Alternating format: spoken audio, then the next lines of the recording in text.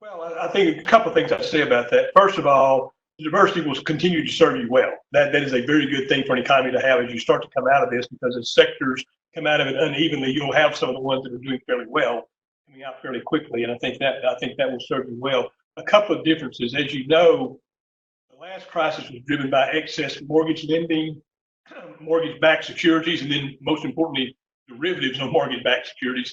Texas banks as a whole, and Texas, particularly DFW banks as a whole, did not participate in that to anywhere near the same degree that the rest of the country did. And consequently, we did not go down as much. We could start from a position of strength. And we also had some fairly strong things happening.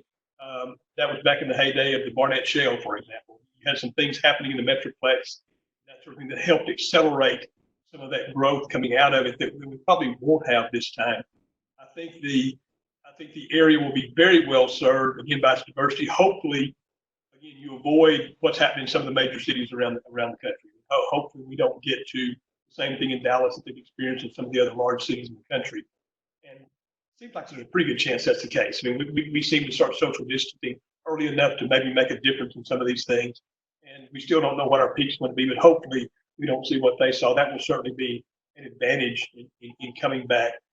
But the bottom line of that, I would say, is, the world, as the world comes back, a place that's the transportation center, the trade center, the financial center of an area as big as the Sun Belt, is going to see some activity resume in a relatively short period of time. So I think you're well positioned. I would say you were a little better positioned in 2008, simply because basically local decision making could impact how bad things were back then more than it can now. I mean, we don't get to avoid this one because banks make a decision not to make as many crazy loans.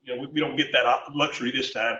What happens with the virus? We can do some things to control. I think we've tried to do that with the social distancing and other things, but we don't fundamentally, as economic decision makers, get to make decisions that may help this process, like we did before. So I think it's going to be a little tougher than it was last time, in all honesty. But I still think there's a very good chance Dallas will be an area that can come out of it quicker and stronger than some other places.